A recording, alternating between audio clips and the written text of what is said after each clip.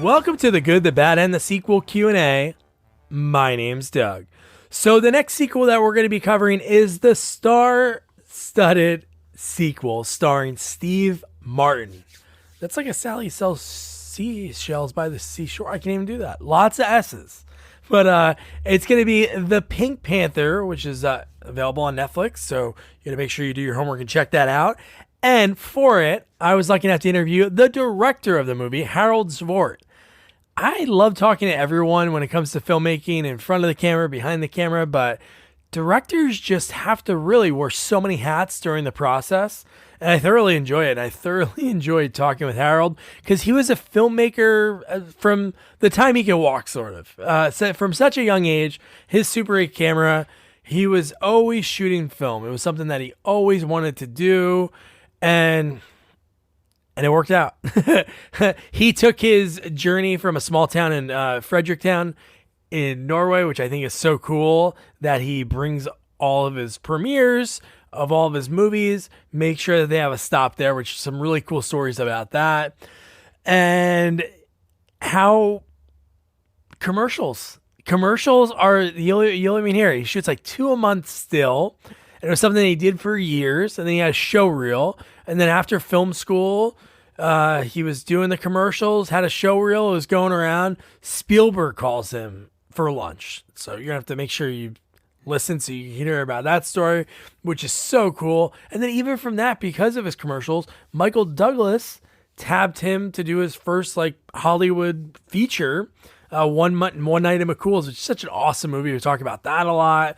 But it was really one thing that was so interesting from this when we talked about The Karate Kid with Jackie Chan, how from that movie, how directors have to audition too. I don't know why. I had this idea of all these directors I've talked to over the years, never thought about, you know what? I thought a director they said, hey, I want to do this movie, or somebody said, hey, I want you to do this movie. But his story about how he got that is so cool. I don't want to spoil it. It's a true, no joke, Hollywood story. I loved it. I told so many people about it as soon as we got done with the interview, but you're going to have to listen to it for yourself. I'm not going to tell you now. You got to hear it right from Harold's mouth. But yeah, we talked about Canon Films. He went to film school with Paul Verhoeven. Man, there's just so much to unpack. I love the way he met his wife. You're going to love that story. You're going to love the entire interview. And then be sure to check out. So he had a great story because of all his commercial work. He was doing a cell phone commercial that turned into a feature because of some kind of like happy accident that happened on set, which I'll let him tell the story. But it spurned 3 films, the Long Flat Balls franchise, which I'll put the link in the episode notes because the new one's out and you got to check it out. Just hearing Harold talk about it just made me want to watch it instantly. So you got to make sure you do that. And do me a favor, before I start this amazing interview, I'm not joking. We've been so lucky over the last almost 4 years, the people we get to talk to, and Harold's up there, upper echelon. Love talking to him. Please subscribe. Please share. Follow us on all social media. And please, if you go on YouTube, subscribe there. Even though you're listening to this on YouTube, we always post the unedited interviews so folks can get a feel, because it's just so we can get out there and people can see faces and all of that.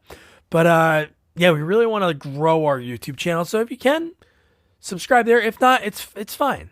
It's okay. I'll be fine. But yeah.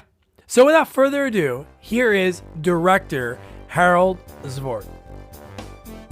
So what I like to do is find out, how people got started in this crazy world of filmmaking. It's one of those jobs that not a lot of people succeed at or stick through. So you grew up in Europe. So you're from Norway, or is that where you grew up? Well, yes, I was born in Holland. So my family is, half my family is Dutch. And then we moved to Norway when I was really young. And I'm from a small town called Fredrikstad.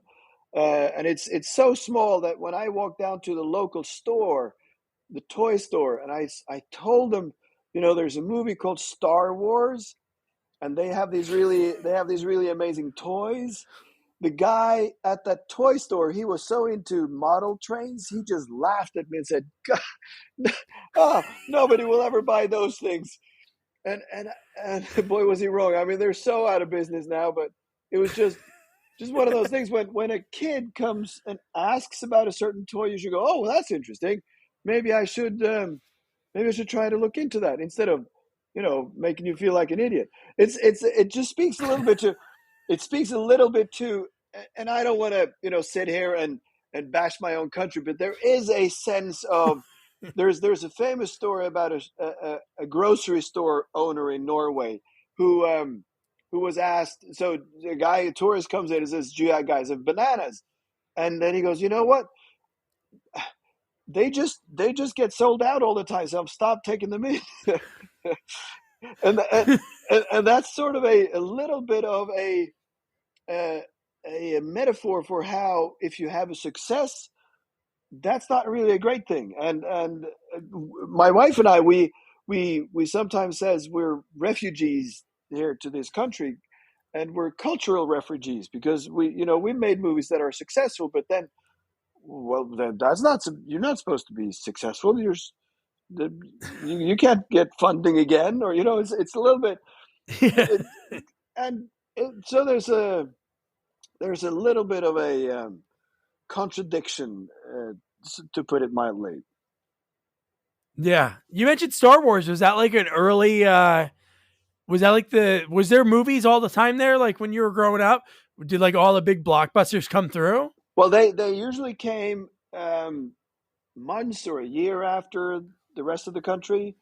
So uh, the first indication I had that there was a big movie coming was Mad Magazine, and I loved Nice. Mad Magazine. It was the one little window I had into the States, and I've always sort of loved America. I've loved American movies. I've loved American television. I just loved everything America, and the Norwegian Broadcasting Company, for some reason, had an inkling to look more east. They had a lot of Czech animation, and there was a lot of Eastern European influence. So luckily, where I lived in Fredrikstad, we also got a little bit of Swedish television because that came through the ether. And there we got a little more of a window into in America. But Mad Magazine was my sort of window. And I remember reading Star Wars as a parody before the movie came out. So I was like, oh, this looks amazing. And then Star Wars came, and it was shown at our theater, and I think I just saw it 3 4 times in a row. I wanted to go in with a recorder and record. I was drawing schematics to myself how I could throw the microphone over the edge because I knew where the microphone, because I wanted that music. I had no access to either toys or music or nothing, and it just blew me away. But at that time I had already made uh, movies since I was 8.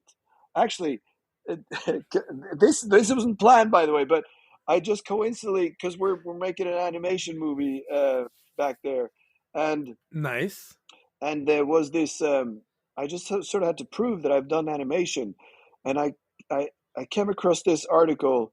This was the first. Oh, my camera is glowing. This was the first article I can see it. that was the first article made about me when I was 12, Oh my god. and it says it says a 12-year-old boy with 5 years movie experience. So by the time I was 12, Wow. I had already made tons of animations, and I learned walking cycles on. So that's how I started. I just did What movies. was it? What was the influence? Who was it? Someone in your family or neighbors, friends, like influenced you, or you just at the age of 7, you're like, I want to make movies. Yeah, I was. I guess it was the Disney influence, and funny enough, again, we had only Eastern European animations on television back there, but for Christmas they showed Disney animations, and I mean, it was just incredible. Jimmy Cricket. Later, I realized that was actually something they almost got for free because it was Jimmy Cricket presenting new movies. It was actually trailers, so they didn't pay anything for that. But that was, for us, that was, Disney, Christmas Eve. I was hooked. So that's how I started. Do you still have one of those camera, like that camera, or another camera, like a replica of it? Yeah, no, That'd I be don't cool have. to have. Yeah, I don't have that camera. I've actually my daughter is now really interested in movies. She's applying for college, and I bought her a Nice. Super 8 Bolio. So she Cool. and a light meter, and so she's now almost 18, but she's been doing it for many years now with Super 8, which I think is a fantastic medium to start with because it's film. It has to be exposed. It's expensive, so you have to rehearse and make sure you shoot the right thing. Yeah. There's a lot of nostalgia and really good learning in Super 8. Do you miss it at all? Like, would you, if you had the choice? Obviously, it's really expensive, but is there something that is different when you're shooting? I think you sort of like said it, like it matters what you shoot because of the cost of the film. Do you think shooting digitally, you're like, let's just try this different take, or let's do like, do you see people doing that more? I can't speak for other people too much, but uh, of course, the digital world has been amazing to filmmakers. There's no denying it. And I remember after the last movie I shot on film was Mortal Instruments, and my amazing DP Guide and we were about to do the transfer. We were debating whether we should do the next one digital, and we did like a 3-day testing. We tested everything we could, same lenses, same moves, same lighting situations, rain, fog, everything. And we just sat there in the theater looking at each other. It's like, it's really hard to tell the difference nowadays, with the new Aries. And so we Yeah. kind of caved. Um, but I think there was a discipline. But I've sort of just maintained that discipline of rehearsals and planning and just be a little more, I don't know, structured. But there's also a sense of filmmaking that where people shoot a lot of loose stuff and they get amazing stuff, which I'm sometimes jealous of. I wish I could somehow break loose a little bit. It's like playing jazz. I wish I knew how to play jazz. I can play classical piano, and I'm a little sort of conform in that sense. But and then I see other directors just get crazy stuff done, and you have no, and you sometimes if I'm lucky enough to speak to them, I was like, how'd you do that? And they're like, it was totally by accident. So I wish I was a little more like that.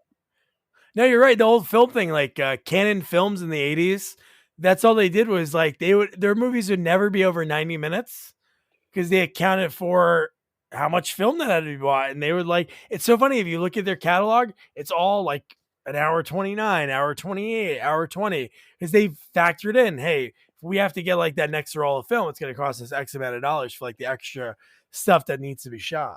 Yeah, I think it's two more things than that too. It's also your prints had to be a certain number of rolls, but it's also the time slots.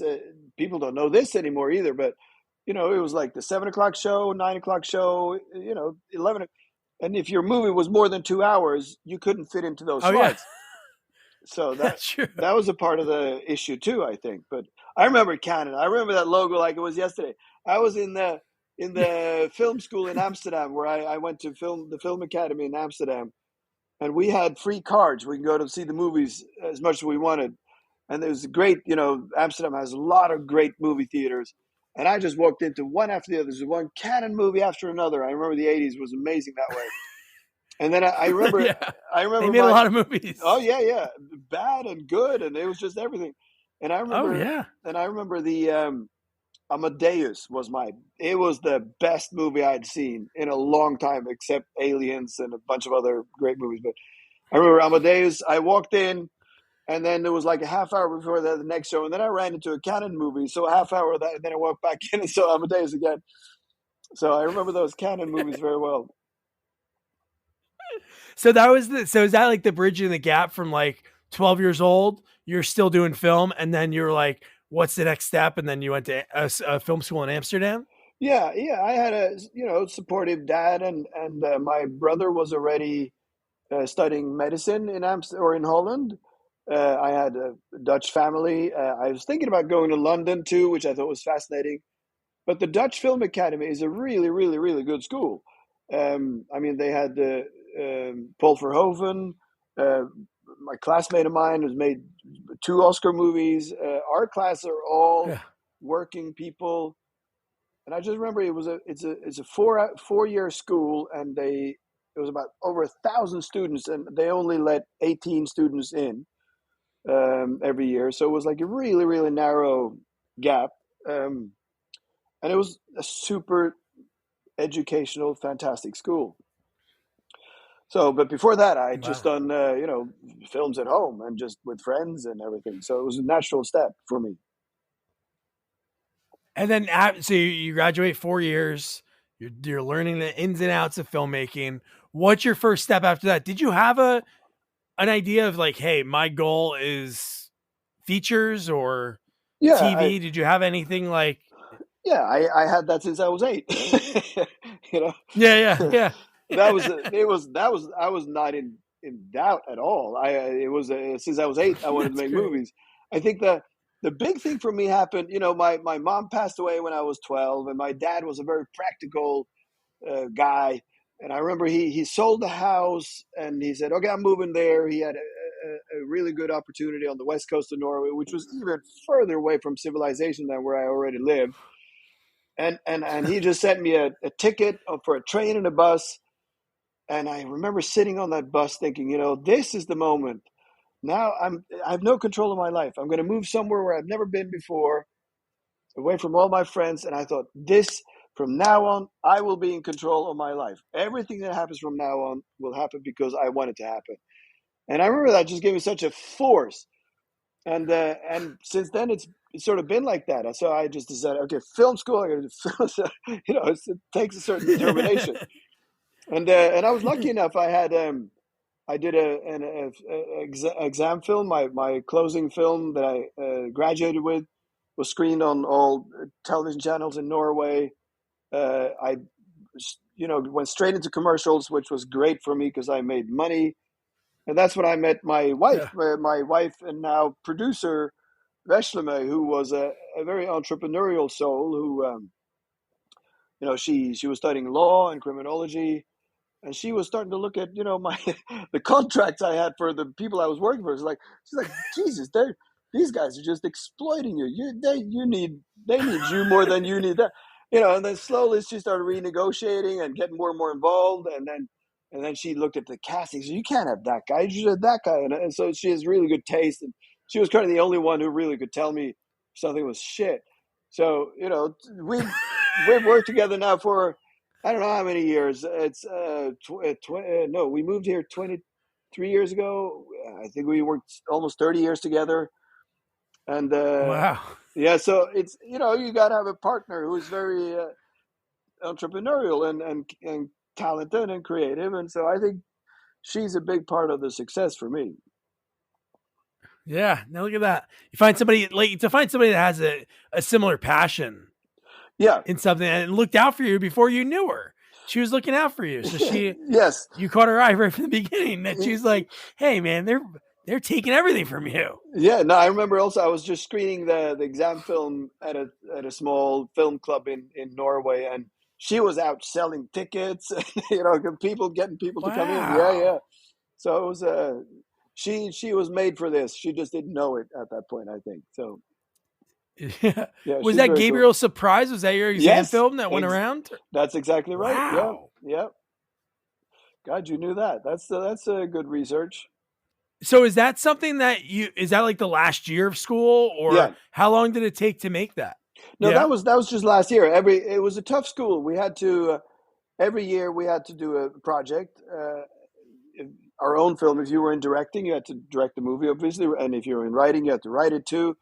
And then if you were in editing, you had to edit somebody else's movie. So every year we did that. It was a Oh, really cool. tough school, and then it was. Then you had to sit in front of a panel, and they looked at your work and they said, "Well, you know what? You're not making the progress we want you to make, so you have to leave." And so it was really tough. And I think we started with 16 directors, and we ended up with 8. The rest were kicked out along the way. And then because it was a state-funded school, so we had 16 mil and projections and development and actors, and it was all paid for by the school. So they really wanted students that were, I guess, at least focused or talented. And so that was the last year's film. It was Gabriel's Surprise. It was very inspired by Back to the Future, I have to say. Which I think to Yeah. this day is one of the best movies ever made. Yeah, it holds up. It's so cool when you watch movies that you haven't watched in a while, and you're like, wow, it still holds up. Oh yeah, yeah. Like these movies are still as good as the first time your eyes like look at them. Yeah, and it's funny too because like again, the culture back home where I come from in Norway, it tends to be. I mean, now it's a little more kosher, but way back when I was young, to say that you liked American movies was not cool. You had to like French movies or Yeah. Japanese art movies or some art movies. And I was having dinner with other. I was really young and all these filmmakers, and I said, "Well, I like Back to the Future," and they were like, "What? How can you even say that?" And then I came to America, because my wife and I were because of the commercials, we were lucky enough to be invited by Steven Spielberg. He's the one who got us over here. So we had, That's crazy. yeah, it was really crazy. The show reel I had was in London, and then it ended up on the desk of ICM here in LA. And within a week, we had three agents and manager and everything, and they sent it out on town, and we had all these offers, and then Spielberg wanted to have lunch, which was just completely surreal, and and we did, and I remember I couldn't say much because I was so starstruck, but my wife was talking away, and she talked to him about private in prisons, which she had studied, so she had a lot to say, and the two of them were discussing, and then I said a few things, but I remember saying that one of my favorite movies were Back to the Future, and he obviously was involved in that, and he says really seriously, yeah, that is a really amazing movie. And then you sit with people like Will Smith or Michael Douglas, and then they say, yeah, that is a really, really good movie. And to me, that was just so amazing. These guys just shared this idea that, yeah, that is a good movie. It made a lot of money. It's really well told. It's got heart. So I just felt, I'm home. Yeah, yeah, right. No, it's up there. That and Jaw. It's so funny that so many movies that Spielberg's involved with Oh, are just so good. Like Jaws is like, to me, that's one of my favorite movies. I can watch that over and over again and like sort of pick up something new. Just such a great story. The characters are like perfectly cast. Like you couldn't see anyone else in any of those roles. I completely agree. And also, I watched Close Encounter this the other day just because I wanted to Ah, so remind good. myself.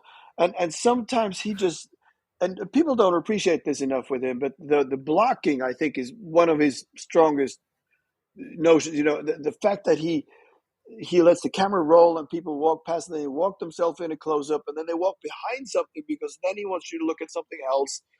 It's just, and I remember in Jaws, there's this long tracking shot, and suddenly it's the car door that gets closed, and there's the answer to something they've been discussing.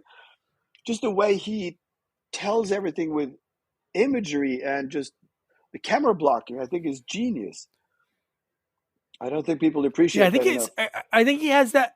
Yeah, he has that passion, like you did at a young age. Like he was doing Super 8 film, cutting film in his room, taping it together. I've interviewed a few people that worked with him. One was like Joe Alves, who worked on Jaws. He was a production designer on Jaws, Close Encounters, and just yeah, just hearing the stories about just the way he thinks. He just seems like he's always having so much fun on set. Like he's a character actor, Peter Jason, told me when they were on the set of Arachnophobia, like in between when they were taking a break, like the kid actors in a scene, like Spielberg's like running around with the kids Yeah, and like just having fun. And like you see that in his films. Like there's the word that everybody wants in any film is heart. And you yeah, see that in every single different type of movie, whether it be a movie like he had his hands involved in, like Poltergeist, which is a horror movie, like a scary movie, or like you said, like a Back to the Future. There's always heart involved in his movies. yeah. It's amazing how he just gets his stamp on everything. I remember when we were discussing. I met him on another project later too, and it was. He said, I made this movie once, uh, and he mentions this title, and I think it was Inner Space, which he was involved in.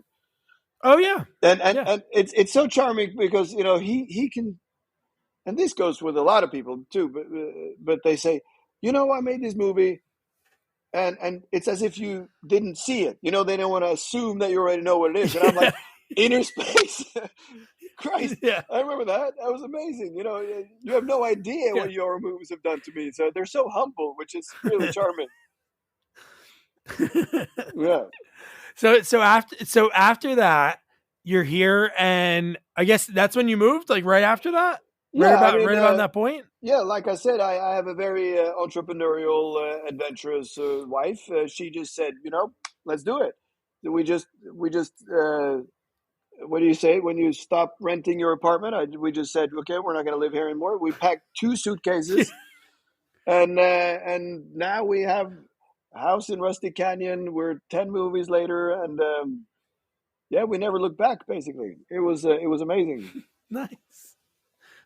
So the first movie that you directed was One Night at McCool's, like in the States.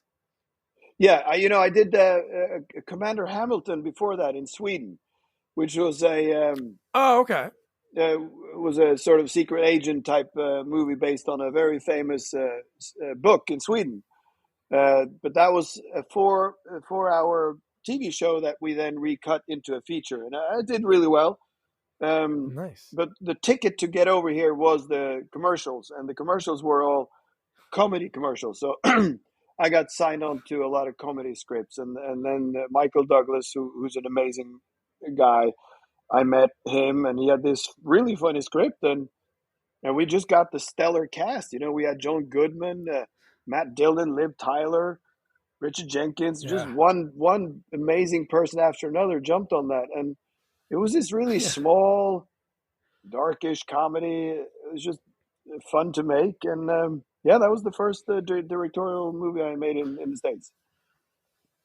So Michael Douglas reached out to you, like with the script based on the commercials. Yes, he had seen the Wow. commercials. That was how it worked. I had that show reel floating around town. We had something at Fox. We met basically everybody, and then and I think Spielberg just wanted a general meeting. But I remember him saying, "Those are the funniest commercials I've ever seen in my whole life." And and sort of the same thing that Michael Douglas said, because they were little stories. They were 40-second beginning, middle, and an end. And Michael Yeah. had seen the commercials, and he loved the tonality of it, and yeah, that's how it basically happened. That was a very different character for him. If you think about like Michael Douglas roles, you don't see him play like I don't even know how to put it. He's like kind of like a sleazy guy. He got the shirt buttoned down, Yeah, like he has like a little fro, like a little pompadour yeah, kind of he has haircut. a, he has a And just the way piece. he's talking to Dylan. Yeah, Yeah, just the way he's talking to Matt Dillon about, hey, did you schlep her? Or yeah, whatever some of yeah, the yeah, words he yeah. was saying. But And he does that.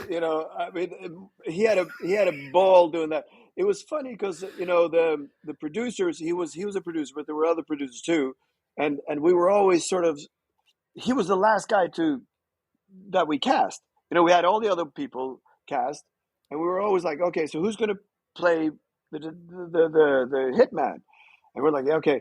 And then eventually, and he never committed, and I just wanted him to do it because I thought he would be fantastic with that hair piece, and yeah, I just wanted to make him look very, very different. So we started to sit around and goes, okay, so what's Dustin Hoffman doing these days? And we just started having those kinds of conversations around the office. And then one day he came, hey guys, I want to play that part. And we're like, oh, okay, cool. you know, so we had to sort of lure him in a little bit. But no, he was amazing. yeah, I remember the first day he was on set and he was in character and he just looked fantastic. I just remember he's saying, because he was both a producer and an actor, and there was the first AD, and people were saying, we got a little behind, blah, blah, blah. And he just said, guys, we're shooting a movie, not a schedule. And I remember to this day, that's been the wisest words that I've ever heard from him. We're shooting a movie, not a schedule. Because the director, you have that's to, great. you run behind because you need to get something good, and then you catch up again. And even if you change your mind or you move the schedule around, it's not about the schedule; it's about the movie. So that's sometimes some people on the other side have a hard time understanding that sometimes. Yeah. The business side, like you always hear that whenever you watch like behind the scene documentaries, like when you hear the way, because sometimes the people that they have sitting on set aren't even like quote unquote in the music movie business. They're more like there to crunch the numbers, be like, okay, we've been filming for 9 hours, you're supposed to be at 8 or something. Like you hear that so many times in any of those behind the scene documentaries, but that's really cool. What a great movie. I rewatched that for the first time in a few years. It like is still so good. Like you said, Richard Jenkins, Yeah, another guy that, God, yeah, he's everything he shows up in, he's just so good. And I don't even know how far in. I know he acted for a long time, but I don't know if this is the point that he became that guy that everybody needed in movies. Because in the 2000s, he was in so many big comedies, like when he was in Step Brothers playing the dad. yeah, He's just so good. yeah. I remember. I think our biggest surprise for that movie was Andrew Dice Clay, which was Oh, yeah. a fun addition. He was amazing, and I can't remember where he was in his career at that point, but we were invited to see his stand ups, and it was just fantastic. But he was sort of our biggest surprise cast in that movie. And Yeah. then we have Reba McEntire, who I just saw on Yeah. television yesterday. She doesn't look a day older. Those just amazing people. Paul Reiser, Liv Yeah, Paul Tyler. Paul Reiser is a total, like you mentioned, like Paul Reiser is such a nice guy in a lot of roles, but then you think Aliens, like you mentioned, Yeah, one of your yeah, like faves. Him in that movie is like the biggest a hole. Like yeah, what he's gonna do, like his grand plan when you rewatch that movie and really hear that he was gonna have the aliens basically like yep, impregnate both of them, like Sigourney and Newt, and you're like, oh my god. yeah, And then in this movie, he's a total creep. yeah, And even with Reba, like that scene when he's like, yeah, I just feel it. Women are attracted to me. yeah. I felt it. Yeah, I felt it when I came in here. You Yeah, were yeah, looking yeah. at me. And I remember talking to him because it was written a bit like a joke in the script. And Paul and I were just sitting there thinking, maybe it's even funnier if it's not even a joke to him. It is a genuine problem in his head that women are just attracted to him. And they played it that way. And it was even funnier. I remember. Yeah, we had a good time. Oh man. So then just like directing, it's like it's such an involved process because you're involved in everything, the day in day Yeah. out. So then from there, like it just keeps going. Agent Cody Banks a few years later. People ask me sometimes, what's the hardest thing in the movie business? And I think the hardest thing for me, at least, is the choice you make. What's the next movie you're making? And sometimes you can do good choices. Sometimes I've passed on movies that I want to just kill myself for having passed on. And then there are movies that you're happy that you passed on. You just never know. And suddenly, before you know it, years can go by, and we were always doing commercials continuously. So it's not like we Oh weren't. really? Okay. Oh yeah, yeah. That's been our continuous business. That's otherwise we wouldn't have been able to sustain ourselves between the movies. So I don't know. I do one or two commercials a month all over the world. So and sometimes we just take longer breaks, but it's the commercials that are our bread and butter, to put it that way. So then you can hang around and wait for the right project. But then Agent Cody Banks came along, and I just loved that whole CIA world. I just adored this idea that the kid could use the CIA to do his home chores. It was just so many fun ideas in it. Yeah. So yeah, Cody Banks. It's just been a good steady roll of movies. And then when we went back home, we I don't know if you know about the Long Flat Bulge franchise we did. Yeah. It's Yeah. yeah, it's I mean that was a summer. I did a commercial for the Norwegian telephone company. It was a good friend of mine. He was a creative on it, and the idea was that there was supposed to be 6 guys with Norway on their chest, and because the guy who had the R didn't have the right cell phone connection, when they cheered, it said no way because the R was lost. And then we're shooting this commercial. I mean, I'll send you the link, and you can show it Yeah. on the Yeah. here if you Yeah. want. And then we were shooting the commercial. I was thinking, oh, hold on, what if the Y goes looking for the R, and then the R shows up, and then it said no war. So these, yeah, and my only goal for this commercial was that I don't want any famous people. I don't want any actors, nothing. I just want it to be absolutely real people. So we found guys on the street. I just said, "Oh, you got a big belly. You got a space for a letter. Come on." So these guys have never been in front of the camera before, and that commercial, because of the message of the no war, I think there was some unrest in the world at the time. It became massive. It was those days going viral. So suddenly these guys are massive stars. They're signing autographs. They're opening malls. And that's when we, my wife and I, and the writer and a few other people, said, why don't we just make a feature? And we were like, well, none of them ever acted before. And it's funny because this comedy turned into be the biggest hit that year. It was the full Monty, just with more laughs, and it was the biggest hit. It blew 3 times as much as any other Norwegian movie made that year. Wow. And so then we made the sequel 2 years later. That was an even bigger hit. And people sometimes say back home, they say, well, you're a commercial guy. And I say, there was nothing commercial about that idea. There were 6 guys who had never been in front of the camera. I had a writer who had only written commercials, never a feature. We financed it ourselves. It was nothing commercial about that idea. It was the riskiest project you could possibly do. And still we did it, and it just ended up being commercial, but it wasn't a commercial movie. It was a totally indie project. So Long Flat Balls was sort of a summer gig for us. So we just did that in between everything else. So, but that's been, and now Long Flat Balls 3 is our latest release, and it's now doing festivals. That's crazy. Yeah, and it did really well, and it's a super fun movie. Very proud of it. That's your moment of like you said earlier, you wish you could try those extra shots. Yes. Like you said, some other directors. This is kind of like that in a way because it was like a happy accident. Yeah. You felt something on set. You improved a little bit by changing it around and having the why and that's pretty great. Yeah, and it turned into that. Yeah, and also what's fascinating is that these guys are not actors. They're just supernatural talented. If you see the movie, you'll see that there's emotional scenes, there's funny scenes, comedy, timing, everything. And shooting that movie, that was thankfully done digital. The first one was even shot on HD, because that was a moment when I just had to let the camera roll, because these guys had never acted before.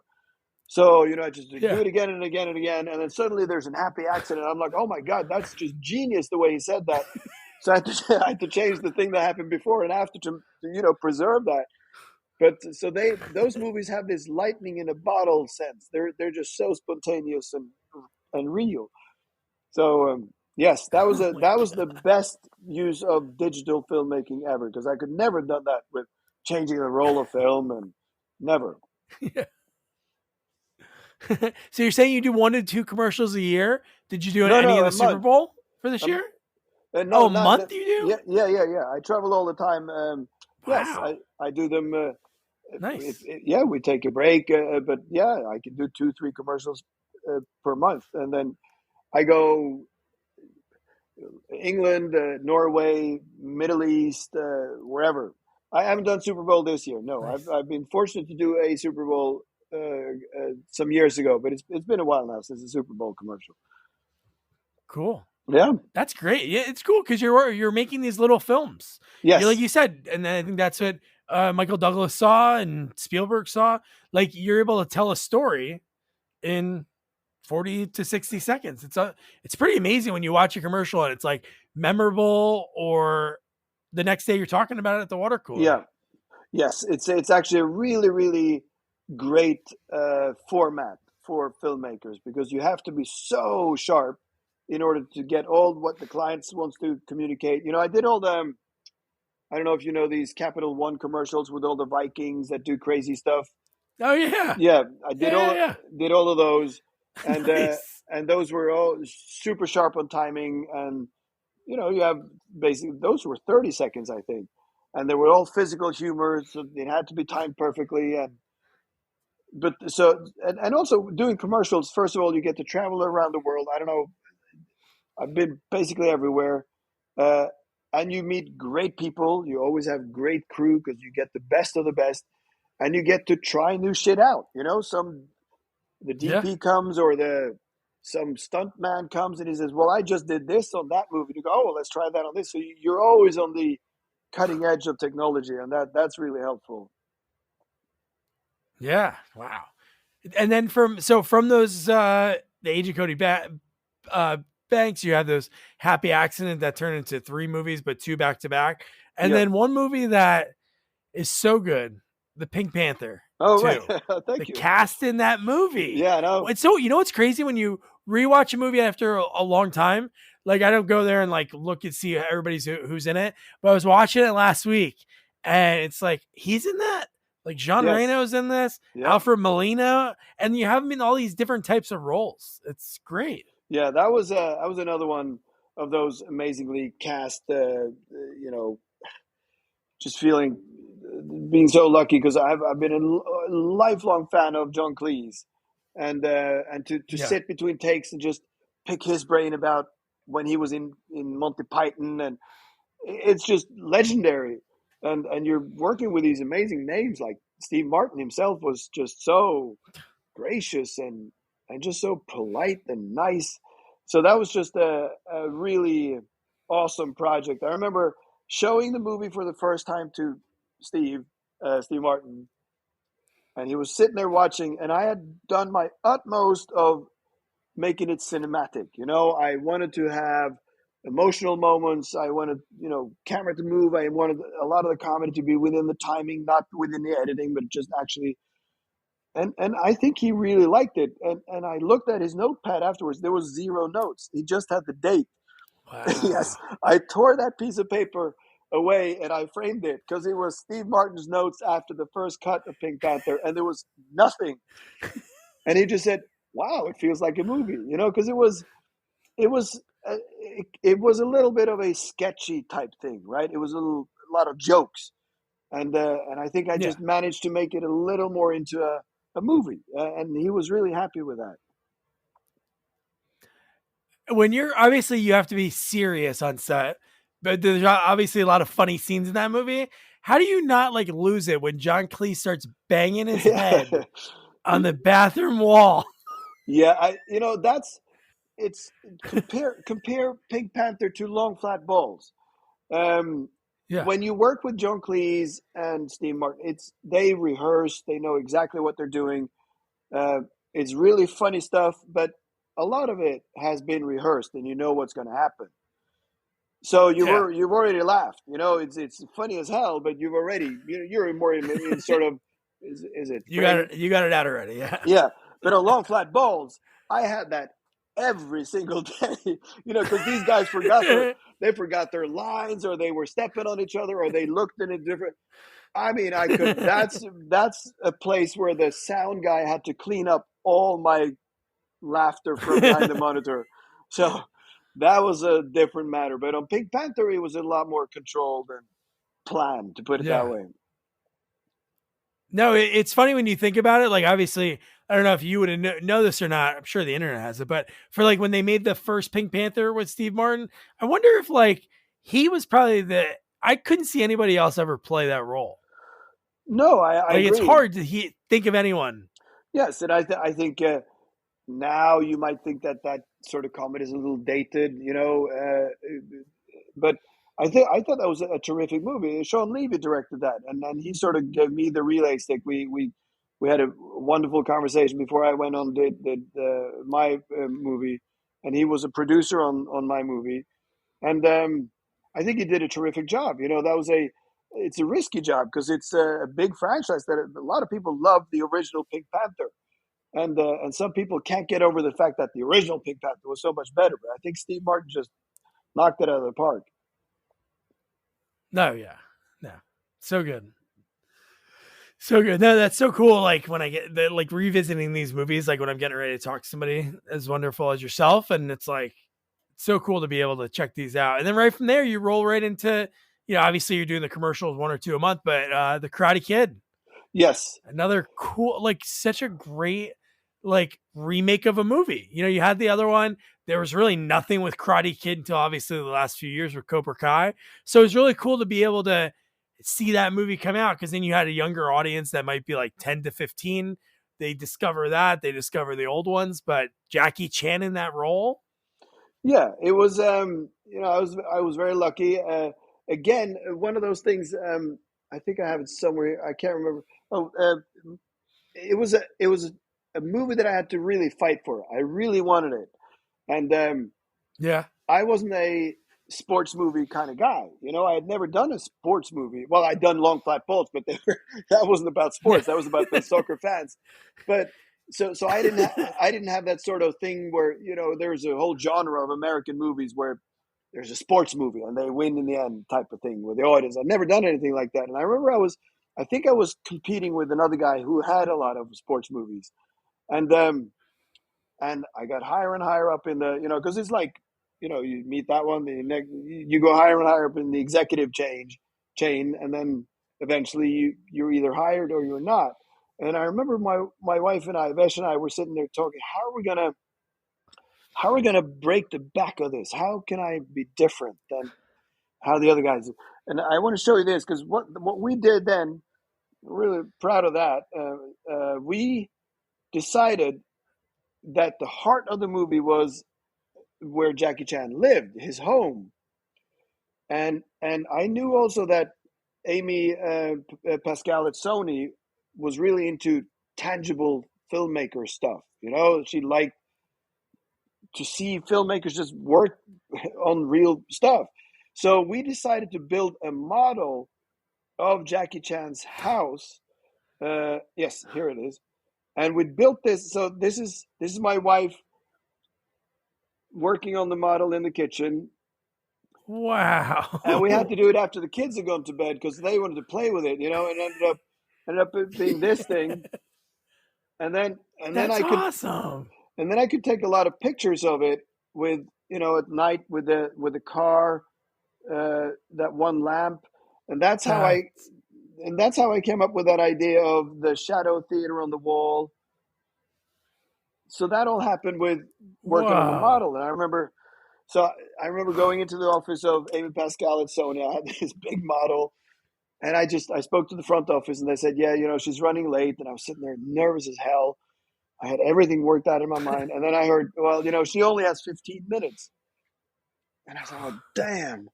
My whole pitch was more than 15 minutes. So I walked into her office with the model and I turned on the little battery lights and I switched off the lights in her office, because that was by the door. And I walked in with this little model lit up. And I just remember it was like this iconic Hollywood moment where she just lifted up the phone and said, cancel my next meeting.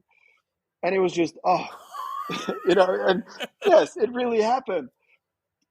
And I could That's show her with a amazing. flashlight and I could talk about, because that was, to me, that was the heart of the movie, was the Jackie and Jaden in this little courtyard. It wasn't about sports and winning, and it was about them, the two of them. And I think that kind of convinced her. And I remember that was one of those where uh, I was working on something else. I think maybe I had a commercial. I had to fly back to Europe, and I flew back and I landed in Paris. I just got the call. Will wants to meet you, which is sort of the last. That then you're all the way at the top. I just went straight back on no play, flew straight back, and then just walked up to him with the model, up to his house, and yeah. So I think that was the most amazing for both my wife and I. We spent a lot of time in China, which is and working with the Smiths, and that was just amazing. The whole thing was just amazing. That's a true Hollywood story. Cancel my Yes, meeting. yes, That is exactly. something. That's like something from a movie that's written. So here's a quick question, because I never asked the director that I interviewed, and you just brought up a great point. So when you go in for like you mentioned for this movie, but do they like give you the script, or are you going in there like what are you pitching? Your vision of like, are you bringing storyboards, or like how does that work when you go into a pitch meeting to get the job? I mean, there's as many answers to that as there are people, and I Yeah, and I think yeah, it's interesting on your show here to ask that kind of thing, because we can talk about our movies and we have a lot of anecdotes and fun things, but that part of the job is something that you don't know much about, is the actual pitching and how you get your job, which is really yeah. hard. Unless you're Chris Nolan or Steven Spielberg, you just pick your movies. us normal Yeah. people still have to fight for the movies, right? So, so that is a really that's something that a lot of people should know about. And you know, you get sent a script and you read it, you love it, you call your agent, say, I want to throw my hat in the ring, and then you just start working on a pitch. And there are elaborate pitches. I know the guy who did Tron. His name escapes me now. He's an amazing director. He just did Top Gun, I think. Remember that? He went off and pulled a lot of favor from post houses, and he pre-visualized the whole Tron bike sequence, right? Which convinced him. Wow. Um, I've heard people do all kinds of crazy things. So this model thing was something that we just felt this is the way to show how we. There's no real solution to it. The only thing you have to remember is you have to somehow make them feel something, you know. So either you play Yeah. music, or you make them laugh, or you do whatever you can. I mean, after a pitch, I am completely exhausted. I am drained I as bet. if I had the biggest exam, and you have to do this 5 or 10 times, and you have to remember that you go in with a young executive, and then if he says, yeah, you should meet this guy, then you go into the next level. The same young executive is there, right? So you have to bring something new. So every time you have to bring something new. So the guys who've heard your pitch 4 or 5 times already aren't getting bored at that point because they're going to sit around Yeah. debating. So you always have to bring something new. So I think that's just make them feel something. I mean, we're working on a musical now, and our secret weapon are the two composers who we drag in. We fly them wherever we need to meet somebody. We bring a grand, electric piano, and we say, okay, before you say anything, here's the music. And they sing a private concert, and people get emotional. And then you go, okay, now we can talk about the movie. I've heard people drag gospel choirs into the meeting room. You just whatever it takes to either separate yourself and make them feel something. Just don't walk in with a script on your arm and go, well, act two, act break. I think that never works. They'll be bored quickly. Yeah. No, that's true. Man, I can't believe it. Yeah, especially that if the same executives are moving up with each meeting, it's like being a comedian and you have to like Yeah, come up with a new act like every time. That's got to be difficult. yeah, it's exhausting, but they really want to make sure they have the right guy, and it's funny sometimes you do a pitch and you think you didn't really nail it, and you didn't really nail it because you weren't exactly right for the movie. That's sometimes true too. You think you want it, but you're maybe not right. Somebody else were more right. So that's you got to live with that. Do you still have the model of the It's house? it's in a museum in actually Oh, my small town Fredrikstad has a movie theater named after me, and they have a huge what? That's yeah awesome. yes it's amazing, and they have a huge display of every prop from every movie I ever made. So they're taking care of all that stuff. They have Ah, yes, so you can go to Fredrikstad and see the model. It's there right I'm now. gonna have to go there. What do they have from One Night in McCool's? They have Liv Tyler's dress, Michael Douglas's hair. Michael Douglas's Oh, nice, tracksuit jacket, Liv Tyler's dress. nice. Yep, that's all there. Yeah, Steve Martin's hat, his little gadgets, all that stuff is there. What was it like? That must have been like that must have been pretty emotional when they reached out to you and said, "Hey, I want to." They reached out to you and said, "Hey, we want to name a movie theater after you." Yes, it was. That was a big day for me. I think that happened around Karate Kid, Wow. and I mean it's not the whole theater because that's just called Fredrikstad Movie Theater, but it's it's the biggest Yeah. biggest theater in there. Yeah, I mean they're amazing. The guy who runs that theater now, called Jürgen Janssen, he has done the most amazing premieres. I remember we had the Karate Kid premiere in Fredrikstad, and No. because I don't go to Oslo, that's the capital of Norway. I don't want to go there. I take it down to Fredrikstad, which is an hour. It's a small town. I bring everybody there, and we managed to get Will Smith, Jackie Chan, Jada was there. We were there. We managed to get those guys to Fredrikstad because we had we had a big meeting at Sony when we were talking about the world tour. It was, Japan, Paris.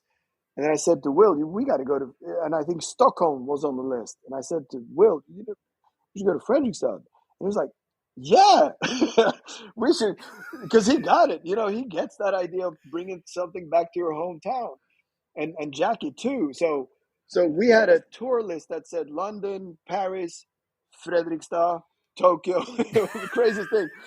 And it was, and when you do something like that in a small town, they have the longest red carpet in Northern Europe. And I think there were 6,000 people showing up. And I remember the next Wow. day, it was the craziest premiere. And I know to this day they still talk about it. And we went to Paris the next day, which was a smaller event. And I remember Jaden said to me that Fredrikstad was so much better, you know. So it was just. I mean, you can look it up, Fredrikstad Karate Kid premiere, and you just see it's like Yeah. Beatlemania. It was the most amazing moment, and I was just so gracious of both Jackie and Jaden and Jada and Will. They took their time. They flew there. They drove the car down.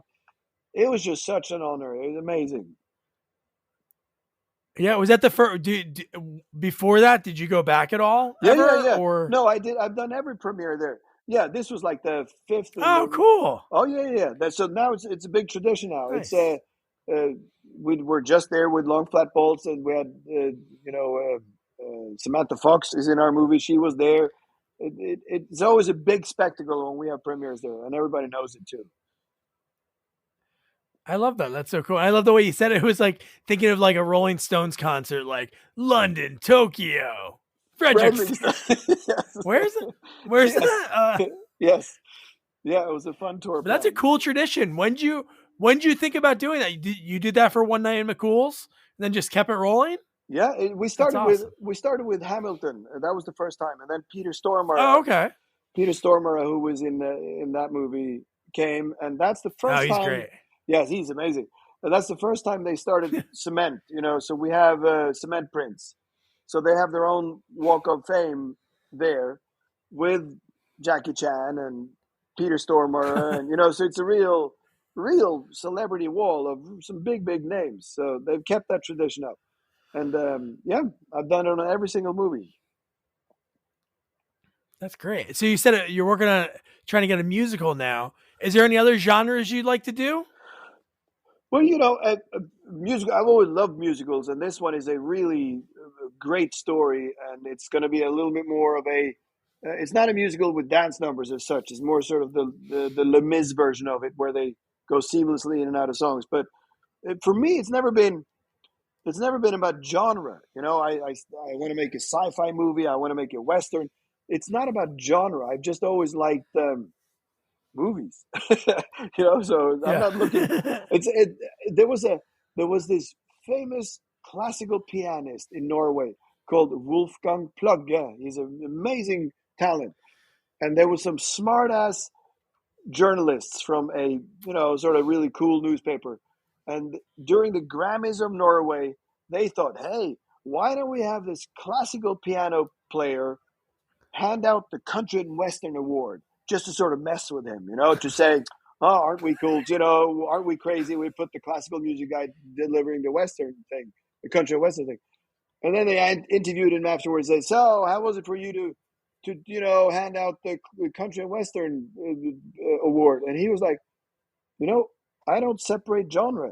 I just separate good and bad music. And they were like, they had no answer, which I thought was such an amazing answer. Yeah. We don't make genres. We make good or bad movies. Whether it's Yeah. a love story or for kids or whatever. It's not a genre. We don't make genres. We make movies. That's a good answer. That was how I feel. Yeah. Oh man, this is great. A couple questions I always like to ask people. With you, it's a little bit different because you're always doing filmmaking. Was there any other career path you ever thought about along the way, or was it just tunnel vision? This is the only thing I'm going to do. Well, I I was always dreaming of being a rock star. you know, which is the Yeah. dumbest kid idea ever. I played music. I had a band when I was in Holland. I had a band, and I was I went so Sting. I was like, oh God, that has to be the coolest thing anybody can ever do. And I was like, okay, so I had film sort of as a fallback plan, but I had to do something to make a living.